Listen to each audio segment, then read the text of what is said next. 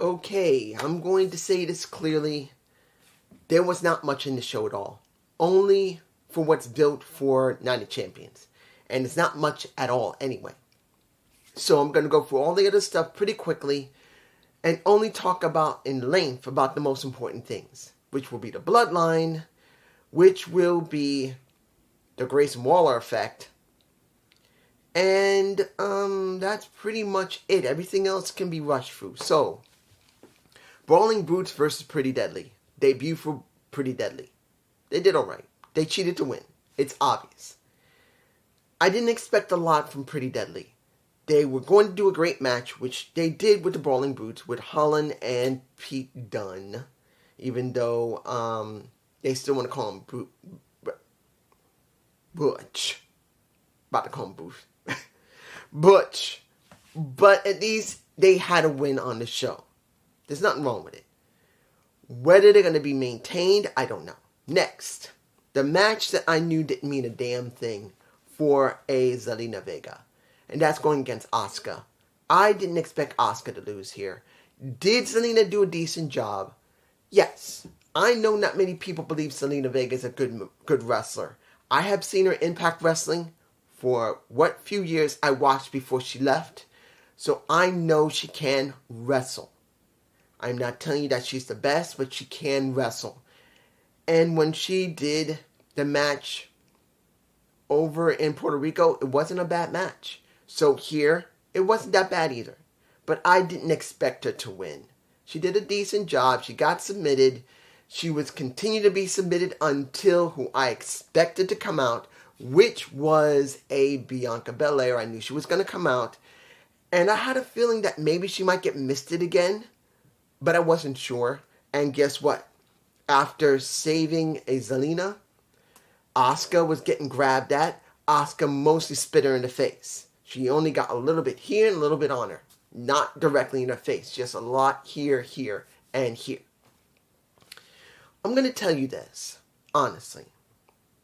I don't know who's going to win that match between her and Asuka. But to be honest, I just don't see Asuka winning. I would be surprised they make Bianca Belaire drop that damn title at Night of Champions, which you know what's going to happen at Night of Champions. It is not going to be a great time for the women there. Yeah, they'll be honored to be dealing with Jeddah, but wearing a full bodysuit due to the fact of the culture there and the law, it's not going to be a great time for them. So, honestly, I just don't expect Asuka to win, but you never know that they may actually make Bianca drop it, even though she is now the longest reigning champion in modern times. Which doesn't mean anything until a Charlotte decides to do her run. And that counts on when Vince decides to tell Triple H, I want Charlotte to have a big run. And I want to make this clear. I gotta say this. I must say this. I've seen a couple of times people leaving comments saying, dude, Triple H is the devil. He's the one that's doing this. Come on. Come on. I say it again. Vince was caught on interview stating that he still is in creative. He's still creating. He is still the chief operational officer. He is the chairman of the board on top of that. Well, not chief operational officer. He's the chairman of the board currently running WWE on behalf of the ones who own it. And you know who that is. So don't keep saying that Triple H is garbage. This is all his fault.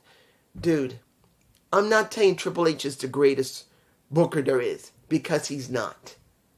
But you could tell the difference between a Triple H booking from last year, which was dog slow, but at least had decent storylines, and this. I'm not JD. I'm not just Alex. I've always told you the truth. I stopped watching NXT, no matter how good it was, because of Vince.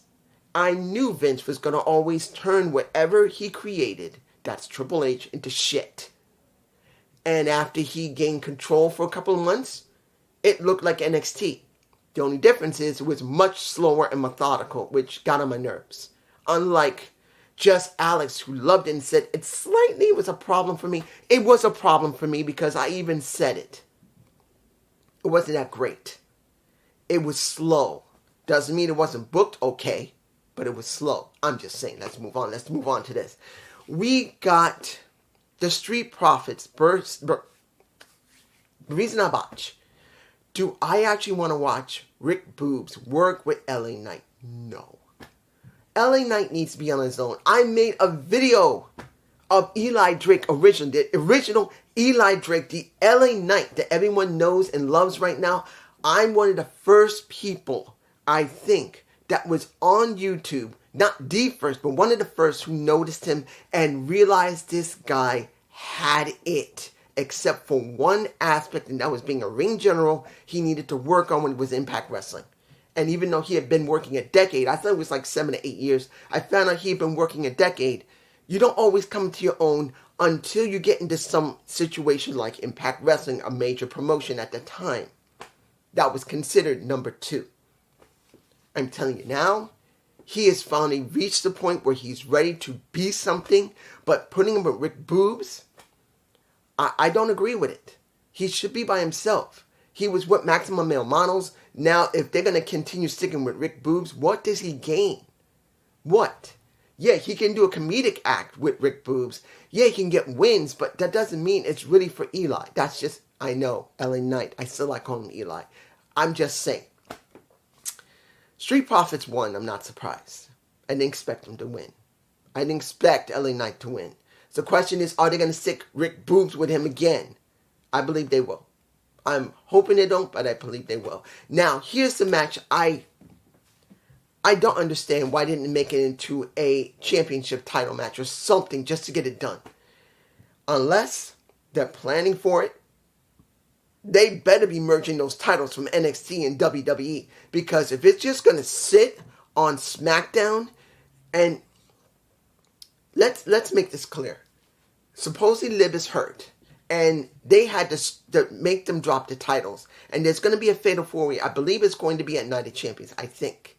Or is it going to be 2 weeks from now? I think it's either going to be after Night of Champions or on Night of Champions. I don't know. I think it'll probably be after. The next SmackDown after that.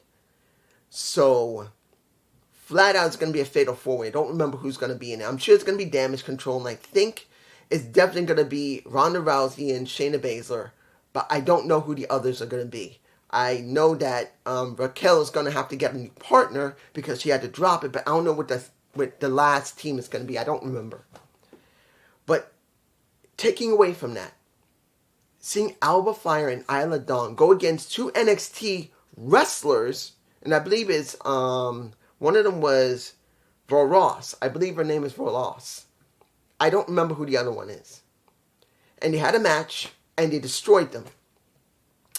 Why? I don't understand. Are they still holding those damn titles? And I've already seen NXT. After they got drafted, there's no talk about them coming back. There's been no talk about them dropping those titles. Now, of course, maybe it will be done after Night of Champions. Maybe they'll set it up on this coming NXT this Tuesday, saying that after Night of Champions, we will be seeing Isla Dawn and we'll be seeing Alba Fire coming back to defend their titles on NXT. If they don't, that means they have finished with the NXT women's tag titles. They're sticking them on SmackDown until they decide what they're going to do with them. Or are they just damn props for those two until they decide to just make them drop it or combine them with the women's world titles and just then it'll be over. I don't know. We'll find out. Okay. The only things now that matter is the segment and the last match. Let's get the match over with first because the Usos versus Santo Escobar and Rey was a good match. I didn't think the Usos were going to win. It was a good match. But I didn't expect the Usos to win. They did not win. They got their butts kicked by the champions who came out in the early part of the show, which I'll talk about in a moment. And they distracted the ref. I believe it was Kevin Owens distracted the ref. And Sami Zayn was the one who messed it up for, I believe it was Jimmy, who eventually got pinned. And you see the Roman Reigns along with the Solo Sikoa just sitting in the back with the Paulie watching it. And you could see that Solo's about to get up and do something. You see Roman say, no, leave it. That is what we got for the last match. That was okay. But I can tell you this, that going into... Wait a minute, actually I almost forgot the Grayson Waller effect. Let's do that first. Was the Grayson Waller effect good? Yes. Because it was Grayson Waller's effect. Because it wasn't like it was a bite off of The Miz. It's exactly what Grayson Waller did before. You see the line of text coming from Twitter. I'm not saying Twitter's the best thing, but at least it is current social media. Unlike when it came to Jericho, when it came to The Miz, when it's going to come to the Triple HT and the Solar Supernova. They don't do anything current and recent. They don't. At least with Grayson Waller, he's using actual social media that's current. It was good. It was alright. And seeing that Grayson had to do Seth Rollins' job because when AJ was there, and almost forgot about Austin Fury. I got to talk about that next before the final segment with the Bloodline. But I'm all over the place. Because this show didn't really mean much, if you haven't figured it out.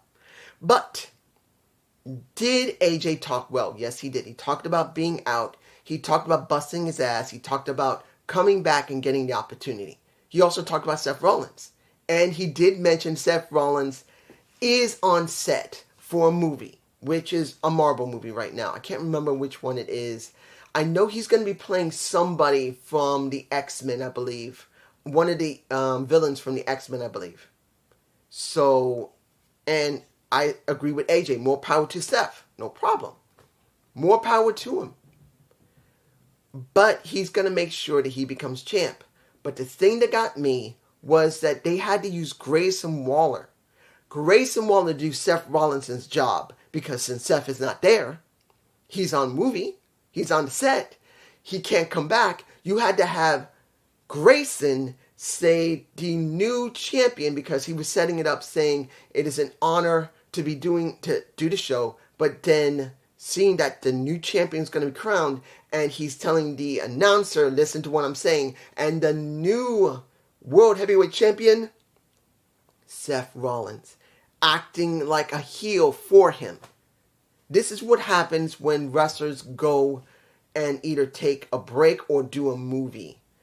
If they're going to be doing a movie and then they're going to be doing the pay-per-view before it or after it, being there, there's always someone's got to fill in. Always. And that's what we got here with Grayson Waller. Do I agree with Grayson Waller having to fill in for Seth? No. But at least he did it. Now, the Austin Fury. The segment with Austin Fury. It was fine. But then when Sheamus got involved, I'm like, no, they're not going to do this. They're not going to make Sheamus go after Austin Fury because they're not going to let him go after Gunther when he should have gone after Gunther and did the one thing he's never done is held the Intercontinental Championship. The mic's off. Sorry.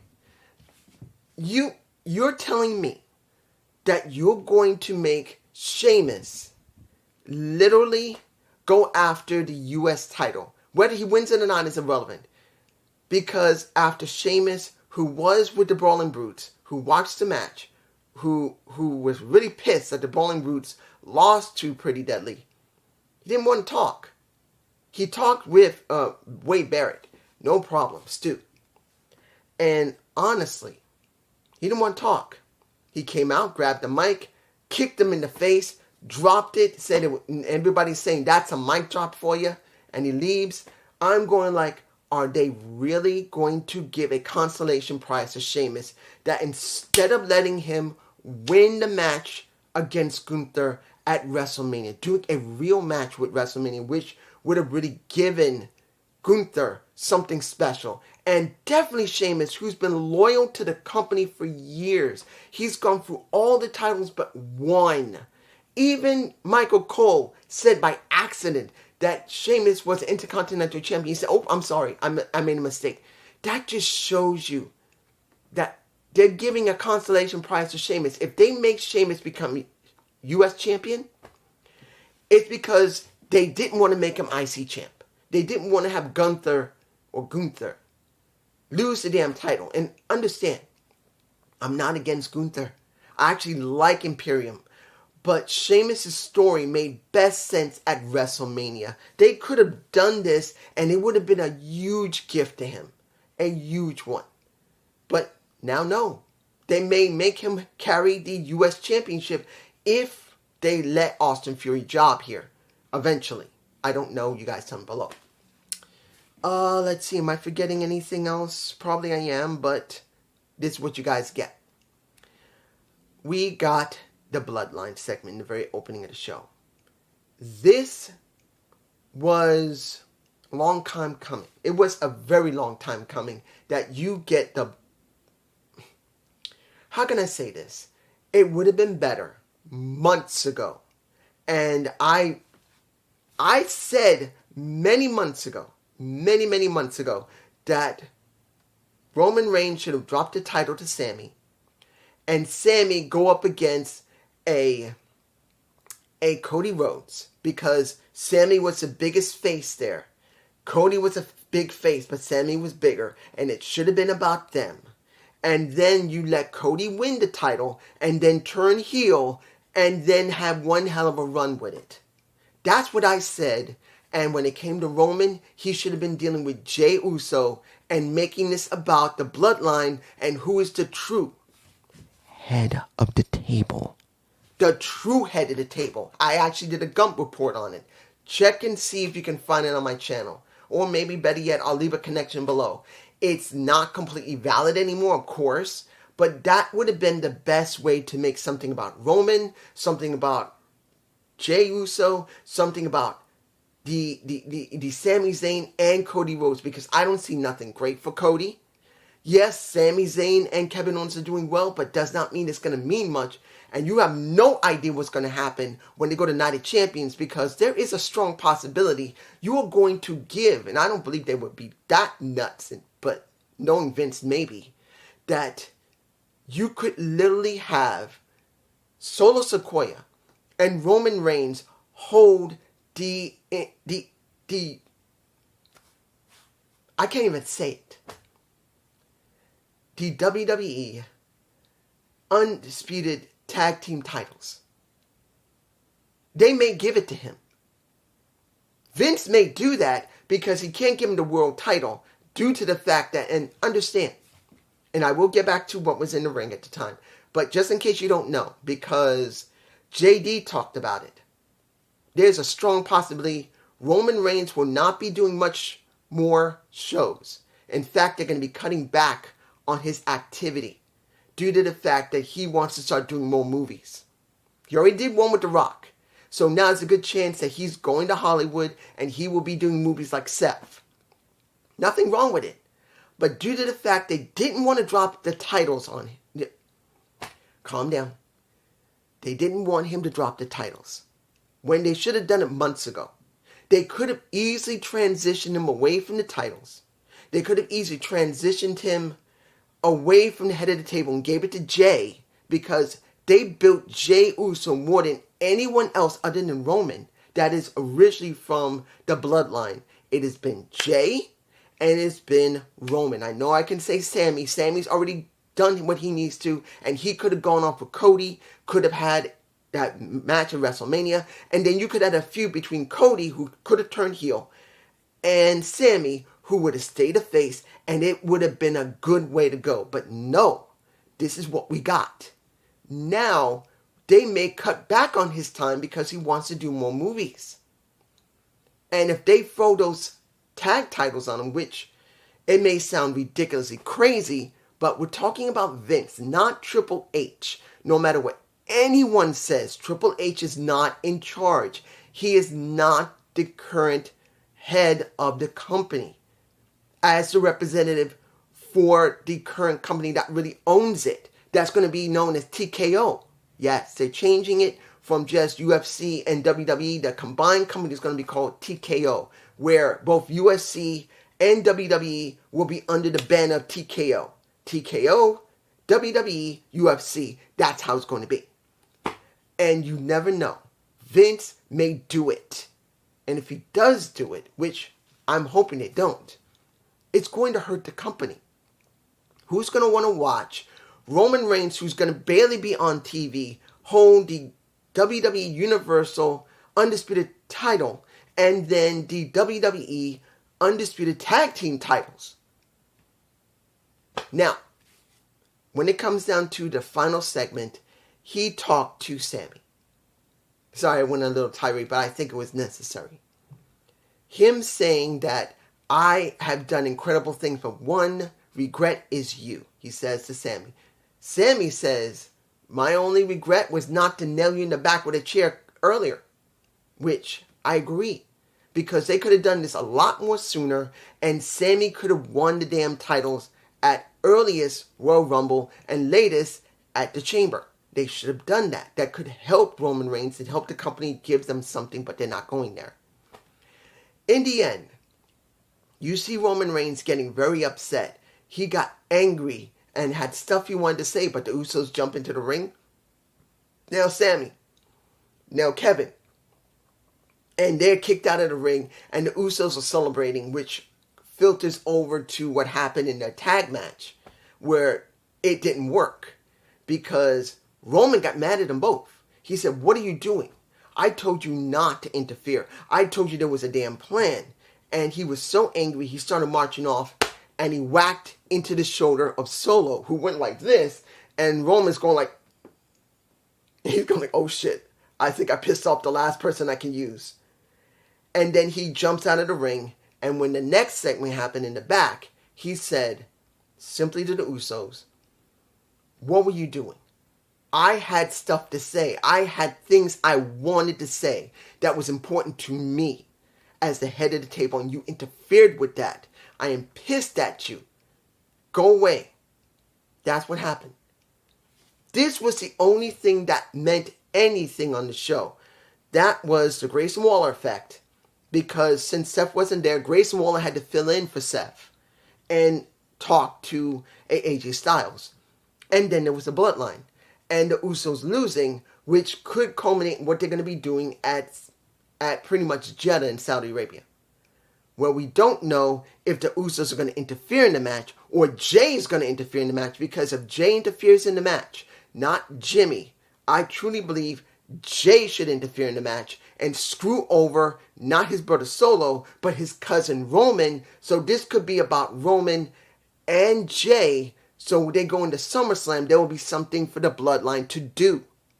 But I don't believe it'll go there, and I don't even think that just Alex or JD would even think this. I may be the only person that thinks that Jey Uso, 2.5 years ago, was something. And right now, they need that something again. Because as they book things lately, it's not working. Raw sucks. SmackDown is not that much better. NXT is the only brand that seems to be doing at least okay booking. Not greatest booking there is, but okay booking. That's saying a lot from HBK. HBK is running the developmental, and at least he's booking it correctly. Like an ordinary show that does regular, ordinary booking that generally people will look at, not be bored at. They need something. The best option they need right now is for Jey Uso to go up against Roman Reigns at SummerSlam, not for the WWE Universal titles, but for the title of who is the current head of the damn table. The Bloodline has been the most prevalent thing that WWE's had next to that title run of near 1,000 days. Which one is more important?